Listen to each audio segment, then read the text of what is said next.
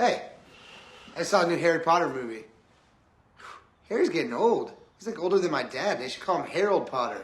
Harry Potter 5 is not bad. Now, this is a weird one for me because while I think this movie overall is kind of boring, it does have some elements that I actually like a lot. But this is where the movies stop having such drastic changes in tone. The last two kind of set the bar for the dark mystery that we are going to be dealing with for the rest of the series. As such, these last few movies are where a lot of people lose interest. As for me, I see this as the most normal Harry Potter movie. There are some neat things, but overall this entry in the series does not have a very large impact on the story. And I feel like I've said that about a few of these movies now, and I think that's because this series kind of feels a little too drawn out. Tiny changes happen here and there, but outside of like the fourth movie, there aren't very many large plot developments. But that's something I'm going to talk about more in the next movie. For now, let me start by talking about what happens in this movie. At the beginning of this movie, we're introduced to a lot of new characters. This is kind of the movie that just starts throwing new people at us, and I don't really know if I like it all that much. We meet Luna and Tonks and this guy, and Bellatrix is introduced, and we also have Moody because remember, we don't actually know the real Moody, so I'm counting him as a new character. And for some of these characters, it's a little too late for us to be interested in who they are. But anyway, the first act of this film is what makes me realize the limitations of this series, because I'm always more interested in this series when we're shown things outside of Hogwarts. Just this little scene of Harry and Arthur walking around London is proof that we miss out on a lot of fun opportunities by being set in the same place for 6 books. This is a world of wizards and magic, and we only see the smallest part of it. Anyway, in this movie, Harry is being framed, kind of. The Ministry wants to get him expelled and cover up any evidence of Voldemort's return. And if you ask me, this is kind of an interesting plot. It's a story about misinformation and government corruption and rebellion, and it's surprisingly mature for this story. But it doesn't really make for the most exciting movie, because the plot of this film is basically, hey, let's convince everybody that Harry isn't lying, while at the same time Harry's being haunted by freaky visions of Voldemort.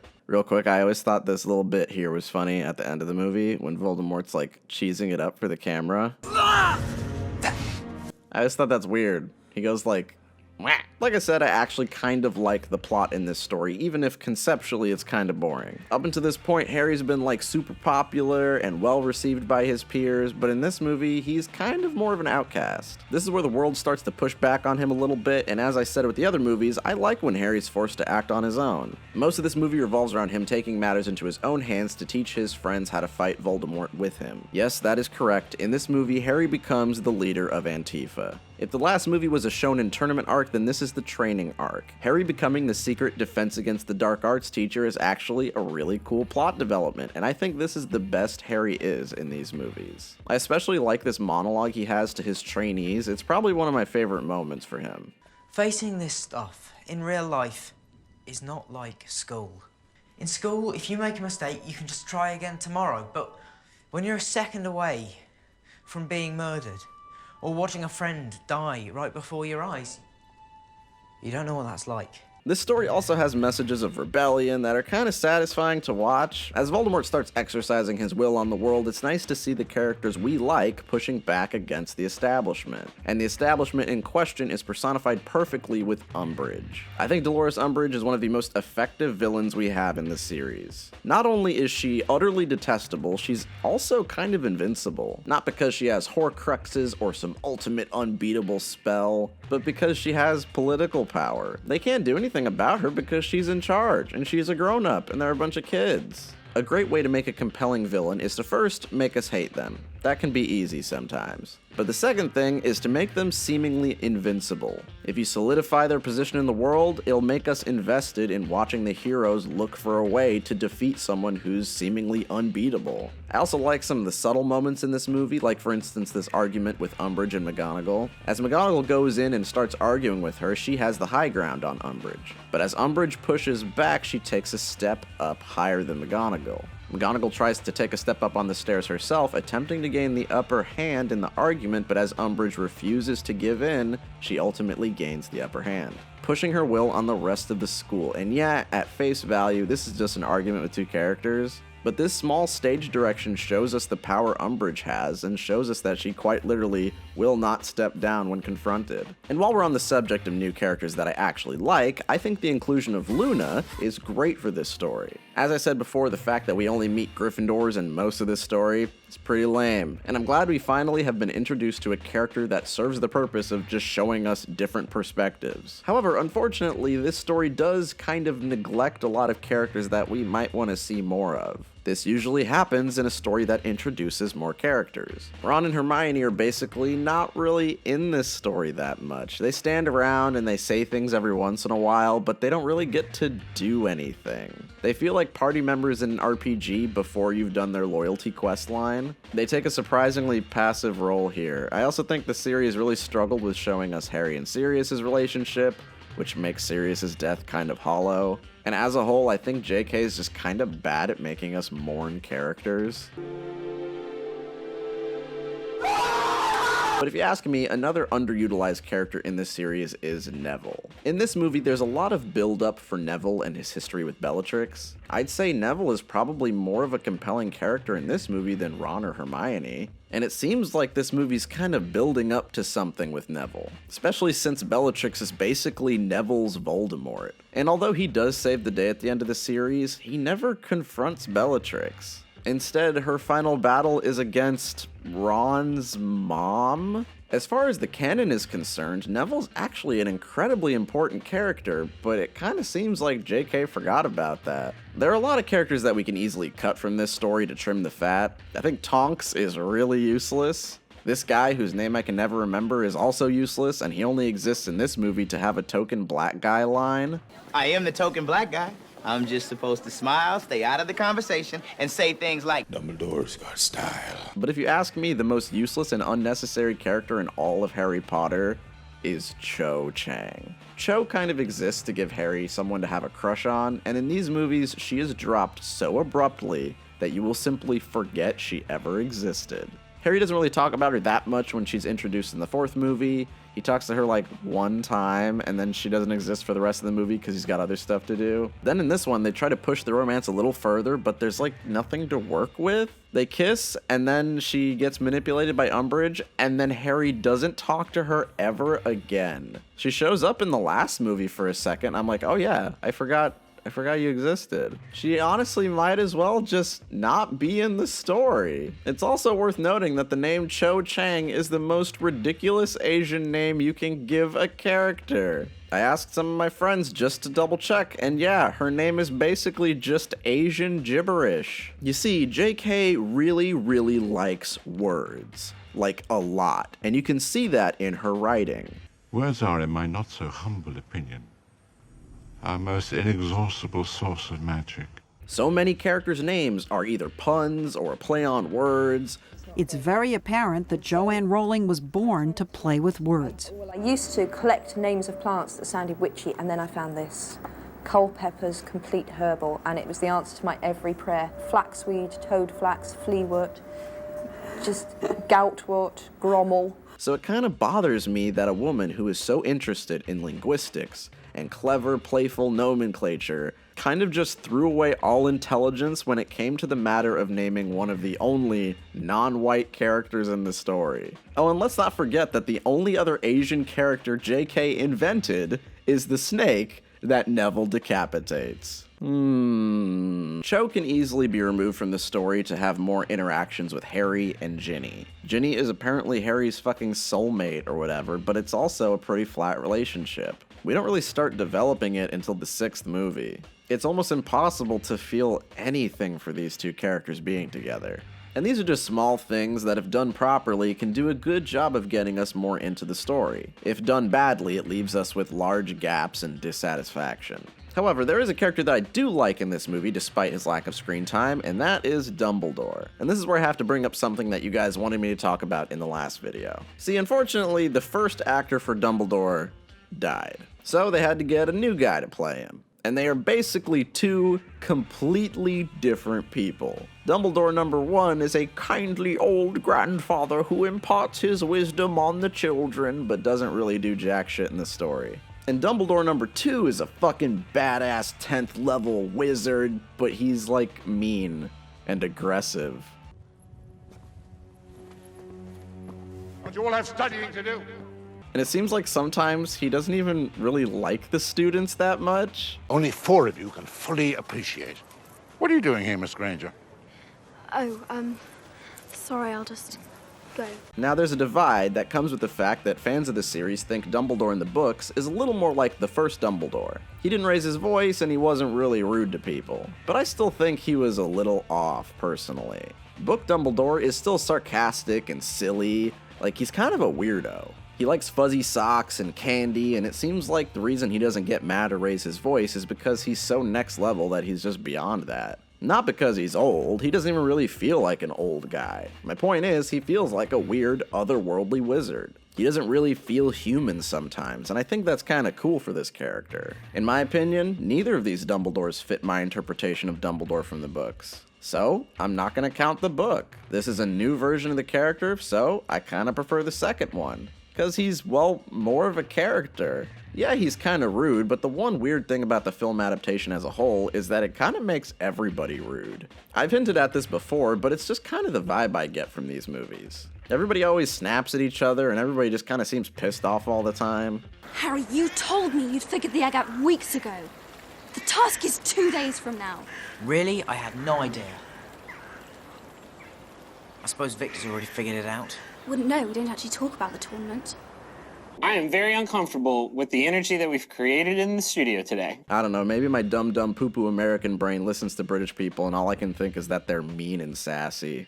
I guess maybe I can't understand accents sometimes. Knotgrass, mugwort. I'm sorry, I don't speak that language. I don't know, maybe I just can't understand British people. I do have a very hard time watching Love Island sometimes. Like, who do you go to bed with? Who do you go to bed with? Who do you wake up with? What are you people ever saying? I think I just like that this Dumbledore is more of a character. He's more of his own guy. The previous Dumbledore was kind of just a background character a lot of the time. He really blended in with the other teachers. But this one has a very commanding presence. He also bounces off the other actors a lot better. I think he just suits the movies better. I'm not saying he's a perfect representation of the character, I just think he fits in this context. And also I might be a little bit biased because I'm totally sold on this Dumbledore after the amazing final battle that he has in this movie. I talked about it briefly in the last video, but this is by far the best fight in the entire series. It's kind of annoying how good it is because you're never gonna get a fight this good ever again. Because this series isn't really about fights, and the fights that do happen are usually pretty quick and simple, but this one is a full showcase of what wizards are capable of at the highest level. Voldemort's magic is all fucking evil and destructive, and Dumbledore's spells are more defensive and peaceful. Because he's not trying to kill Voldemort, he's trying to stall for time so the Minister can arrive. I also really love the sound design of this fight. There's no music and no dialogue, just really creative sound effects.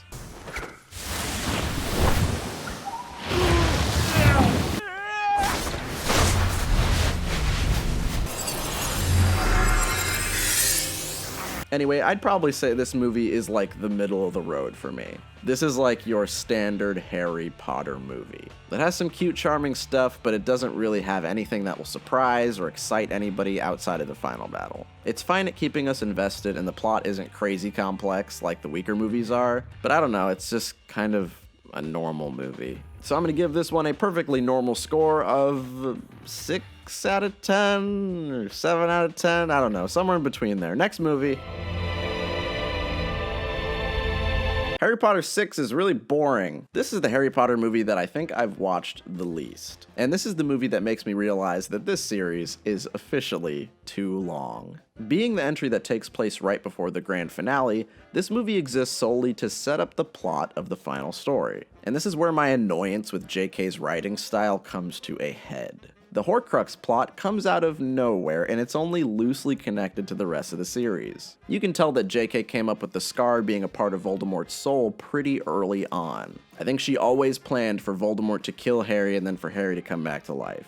But I think maybe later on she decided, okay, well maybe he like splits off other parts of his soul into like random objects, and we can make it like a treasure hunt. And let's establish this at the last second. There's just a lot of fucking around in this series, and if you notice, that's always been the main stuff I've complained about. These stories are okay when you look at them individually, but when you start connecting things, the flaws are then revealed. There aren't any gigantic, unforgivable plot holes, but things don't always line up perfectly. Sometimes Dumbledore seems to know more than he should, which may sound strange, but let me explain. This is the movie where he first learns about Horcruxes. He doesn't know why Voldemort's invincible until Harry figures it out.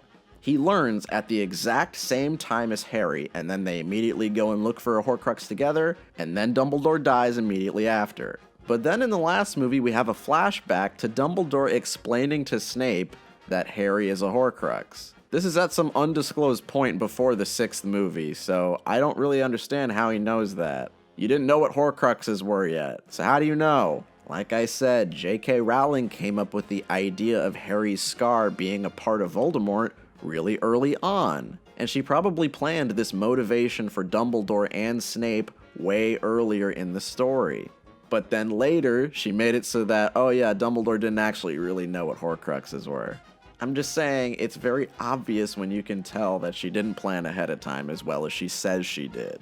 And like I said before, this is the point where you start to realize that this series was just too long. You can cut large chunks out of the entire story and just streamline it. And if you ask me, 7 books is not necessary.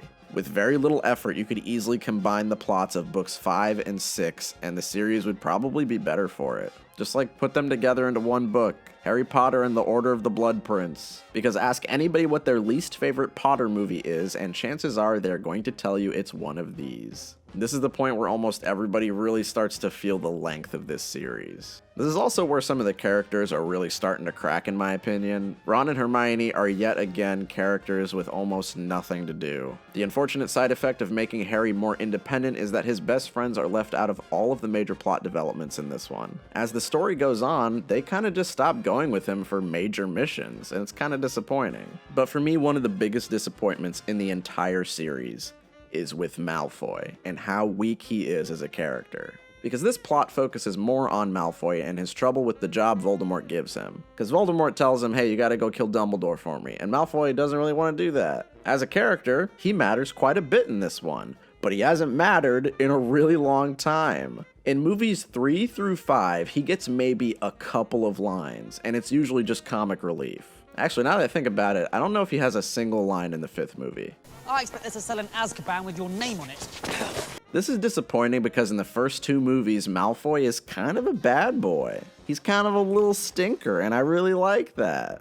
But all of his charisma instantly vanishes after the 2nd movie. He goes from being a satisfying, shit-eating Gary Oak rival to a fucking butt monkey. Every single Malfoy scene from the 3rd movie onward just ends with him getting embarrassed. He doesn't even have confidence when talking to Harry in later movies. Compare this kid to this kid. I don't give a damn what your father thinks, Malfoy. What, are you gonna fucking cry? Why are you such a pussy? What happened? Malfoy's role as an imposing, reoccurring antagonist has kind of been taken over by his dad. Lucius shows up more often and he does more shit in these movies. And a lot of people in the fandom complain about how Malfoy didn't get the redemption arc he deserves, but I don't think he's even significant enough to deserve a redemption arc. And this is the #1 problem with JK's writing: missed potential. I dare say that she made a universe that is too big for one person. There's a reason people compare her to George Lucas. There are a lot of similarities. Instead of developing characters, she tends to kick them out of the story and just make new ones. The characters that do stick around don't really grow or get any satisfying character development. Any interesting plot lines are cut short or given unsatisfying resolutions, and then new ones are made up in every story that seem like an excuse for JK to prove that she can write a multi-layered story that lines up perfectly.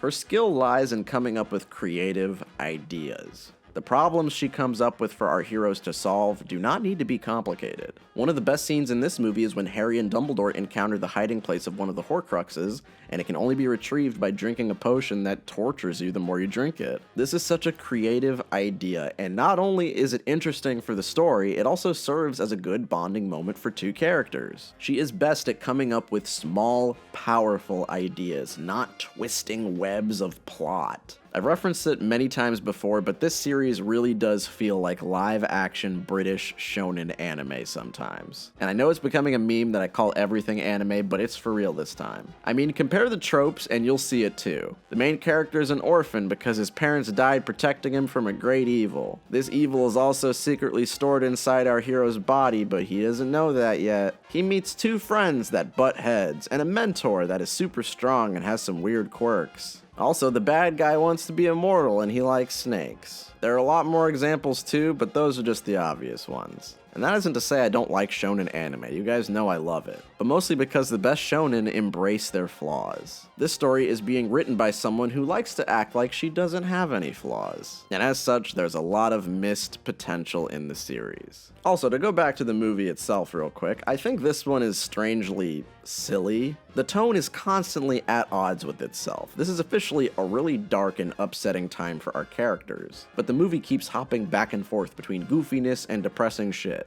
which is something I complained about a lot in the second Fantastic Beasts movie. Tonal dissonance is something that I really don't like. It's a pretty big pet peeve of mine. This is a movie where Snape kills Dumbledore, and it's also a movie where someone vomits on his shoes, and then the audience laughs. These movies are best when you can balance the tone. You can have silly wizard quirkiness as long as it doesn't overpower an overall dark narrative. This movie is basically silliness, silliness, more silliness, sad Draco.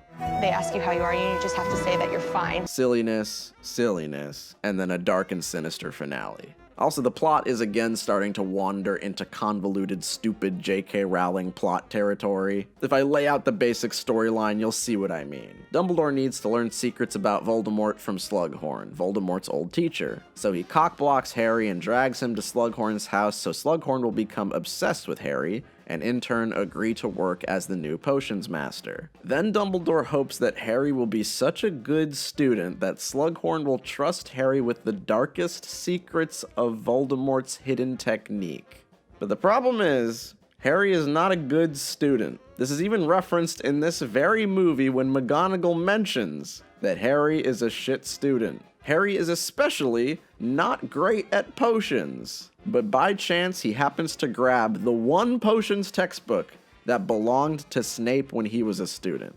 I mean it, it's purely by chance. If he never grabbed this book, then the whole plot wouldn't have even happened. Dumbledore's whole plan to defeat Voldemort hinges on a shitty student doing well on his homework. The last movie had a pretty okay plot because it wasn't trying to be complicated. Now we are back to the stupid shit. Also, this is a small complaint, but these later movies tend to be kind of ugly looking. There are some shots in this one that are so desaturated that they look like the flashback scenes from the other movies. Any shred of the colorful whimsy is gone. And yes, I get that the story is miserable at this point, but that doesn't mean that the movie has to be brown and blue. This is kind of a problem with all of the movies directed by David Yates, so I'm gonna blame him and his team. Depending on the scene, this visual style may work sometimes, but for the most part, it kind of just looks lame. The best compliment I can give this movie is that it does have cute moments.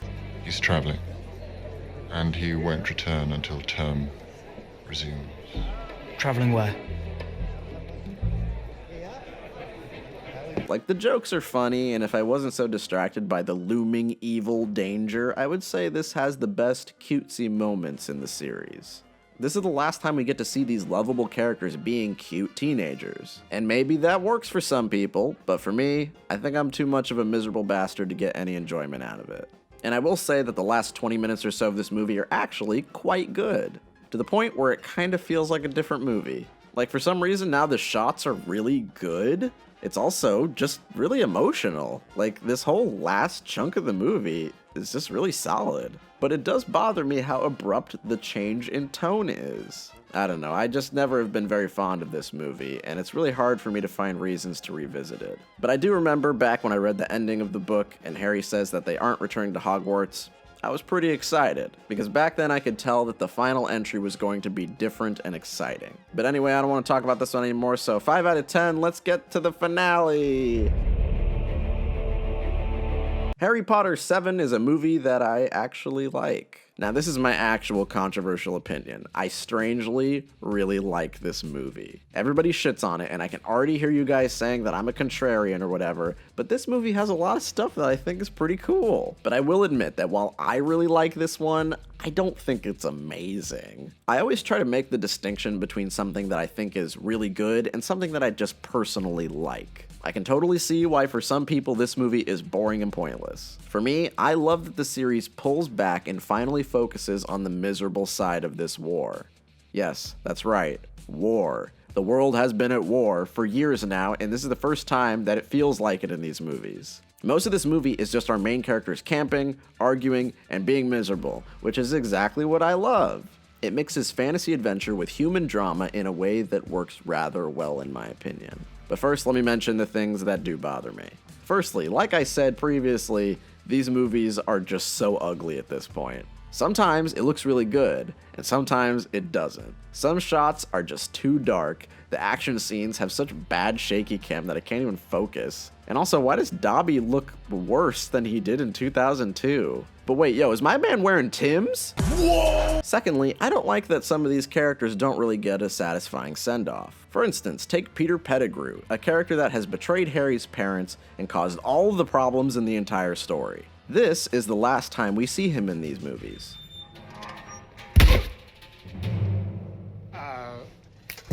That's it. He's gone. He's out of the story forever. In the book, he actually gets a pretty interesting death. I usually don't complain about changes between the movies and the books, but some of these changes do bother me a little bit. For instance, I really feel like movie Lupin is underused in all of these movies. For the book, he actually shows up at Sirius's house to convince Harry and the gang to let him join them. And it's a great moment for him. It would have served as a great final moment for the character before his death, and it would have been good at establishing his relationship with Tonks in a simple but effective way. This is actually the first time they mention that Lupin and Tonks are actually together. This is kind of the unfortunate side effect of the movie adaptations. We don't have enough time to flesh out every relationship, but here's a spoiler. The books don't really do a better job of this. But I don't have time to complain about the books and the movies, or else I'd be here all day. I just think this movie does a really bad job of bringing in plot elements that we technically were already supposed to know about. Like, who the fuck is Grindelwald? Well, we don't know, because he wasn't important until now. Hell, when the fourth book came out, JK said in an interview that he was dead.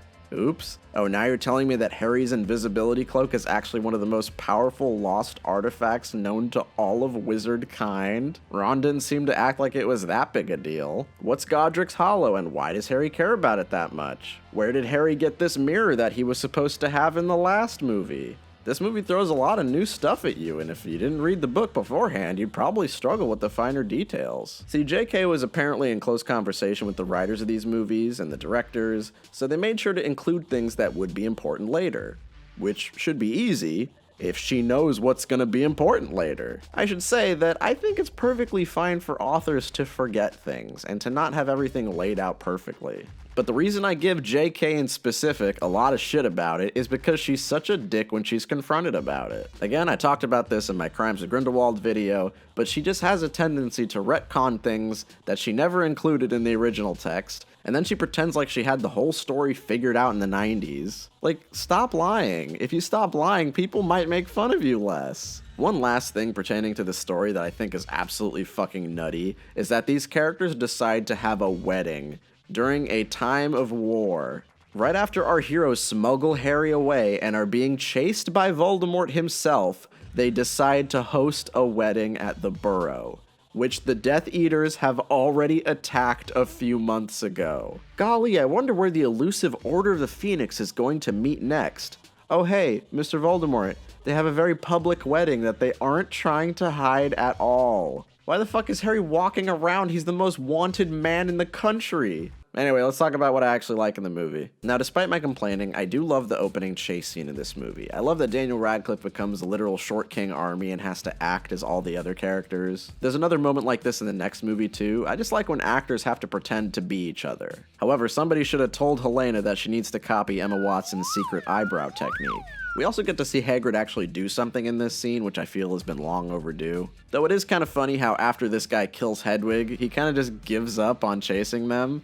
He's like, yeah, take that. I got your bird, bitch. I think that I just enjoy this movie because it's so vastly different than the others. This one is about small, tender moments that are broken up by bursts of action. I love how this movie starts with an extra moment of Hermione wiping her parents' memories so that she can go on a suicide mission. This opening montage has an air of finality that I really appreciate. And the movie isn't all doom and gloom either. Like I said before, the good movies in this series balance the dark elements with a little bit of levity. The middle of this movie lets our characters break into the Ministry disguised as adults. They get to see that the world is truly going to shit, and then it's balanced with a little bit of comic relief, and they get to have some more revenge on Umbridge, and their escape is still tense and exciting. From there on, our party is sent on a misery quest, and most of the rest of the movie is devoted to them just interacting with each other. And I like this, since this is the core of the series. It's always been about Harry, Ron, and Hermione. A whole movie about them struggling with the hellish state of the world, and struggling with the confusing adventure they're on, and struggling with spending months with each other with little food,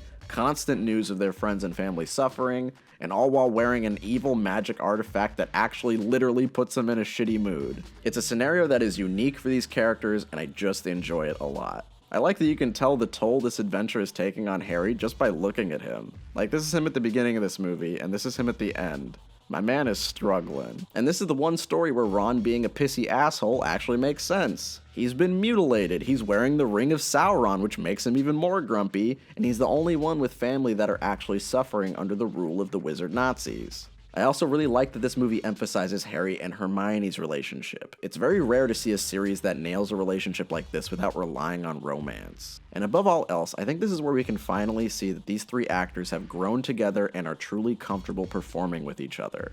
I don't know, I really don't have any complex, strong arguments for why I like this movie. I just find it cozy, and I'm probably biased because I used to consider the last book my favorite, and I think this is a decent adaptation of it. There's a lot in that story, and I appreciate that they split this into 2 movies in order to focus on the characters. Devoting a whole movie to exploring our hero's mental state before the final battle is actually a really cool idea. And this idea to split the final book into 2 movies was used in other series, and I think they never really got the point. Anyway, I like this movie a lot. It's cozy as hell, and yeah, I get why people think it's boring, but I think it's a creative departure from the previous stories. And I think it does a great job of setting the stage for the final film. So, 7 out of 10 sounds like a good score. Let's watch the last one now. Harry Potter 8 is a pretty satisfying conclusion. Sorry to say it, folks, but this is probably the one that I have the least to say about. It's the simplest movie, it's the shortest movie, and I can explain what happens in like 2 minutes. But as usual, I'll start with the things that don't really work for me. Firstly, this is the entry in the series that makes us realize that J.K. Rowling really does suck at writing death into her story. On one hand, I do like that characters are dying en masse. I think it's pretty realistic, and it makes the battle feel more real. On the other hand, it feels like she's doing it for shock value, especially since all the deaths in the series have been for shock value. The people who die in Harry Potter are not very well developed, so our only reaction to them dying is, Oh, she passed away? Oh. All right. Also, while I'm fine with the plot in this movie, some of the plot elements are a little shaky for me. I think the concept of the Elder Wand's allegiance should have been illustrated to us in the last movie, especially since the entire final battle hinges on us knowing how it works. This leads to everybody watching the end of the movie and being like, oh wait, he's dead? Wait, what happened? Harry only beats Voldemort because of some weird loophole, which isn't really very satisfying. It doesn't feel like Harry really earned his victory. Because you see, Malfoy disarmed Dumbledore 2 movies ago, making him the master of the Elder Wand. This part makes sense to me. But then Harry wrestles Malfoy's wand out of his hands in the previous movie, but technically that counts as him disarming the master of the Elder Wand, even though he didn't disarm him of the Elder Wand, so it feels very convenient. Speaking of convenient, it's absolutely insane that Ron can open the Chamber of Secrets himself. He should not be able to replicate Harry's Parseltongue just because Harry talks in his sleep. Ron wasn't even there when Harry opened the door. He got separated. This is a small thing, but it just distracts me with how stupid it is. I also think it's really weird that Ron has never seen the symbol of the Deathly Hallows before, especially since he knows the story. He could have saved the party a lot of time if he just told them about it. pretty important info, bro. Would have been nice if you let them know. If you try to nitpick the story, there are a lot of weird things like this. Like how they rescue Luna from Malfoy Manor, and then here she's just sent back to Hogwarts? How did that work? Did she just show up at the gate and say, sorry guys, I was being tortured by Death Eaters. Anyway, what time is lunch? Oh, I see that Malfoy has apparated into Hogwarts. I thought people weren't allowed to do that. Why don't all the bad guys just apparate inside and kill all the good guys? Oh hey Malfoy, it looks like your life is in danger. Maybe you should apparate away. I don't know, maybe he forgot he could do it. Oh, so apparently the Elder Wand was buried with Dumbledore. Except in the 6th movie, they didn't bury it with Dumbledore, they just kind of left it on his desk. Oh. But anyway, all that stuff is still kind of small, and it doesn't really ruin the story. This is kind of a hard movie to complain about. It's mostly because this is just a big action scene. And while I do complain about that in other movies, I think it works really well here because it's the finale of a giant series. This kind of serves the same purpose as something like Avengers Endgame. Like, yeah, that movie has a shitload of problems too, but it's kind of pointless to complain about them. Because it doesn't really feel as much like a movie as it does like a big event. This movie values spectacle and action over most other things. It's about payoff. Ron and Hermione finally get together. Neville saves the day. Snape's backstory and intentions are finally revealed. McGonagall gets to kick ass. Bellatrix gets obliterated. It's all just events that have been built up and finally paid off after a very long series. I think it's genius to place the final battle in Hogwarts. Having a majority of the Deathly Hallows narrative take place outside of Hogwarts and then returning to have a massive battle is exactly what I wanted from this story. It gets us invested in this last confrontation. I think this story is just really good at giving us payoff without it being too fan servicey. I also like that for once, Harry is actually doing fucking magic. If we count the amount of spells he casts in this series, it is surprisingly low. He casts way less spells than Hermione. He's usually doing the extracurricular fantasy protagonist stuff like flying around and using swords and telling other people how to do magic, and using a lantern to fight spiders, and using chairs to fight snakes. But now we get to see him actually fight back, which is long overdue. And while I think the death of the side characters could be handled better, I think Harry's death is actually handled very well. This really is his final test as the main character of this story. We've been told and shown how brave he is, but accepting death to save his friends is the final thing he has to do.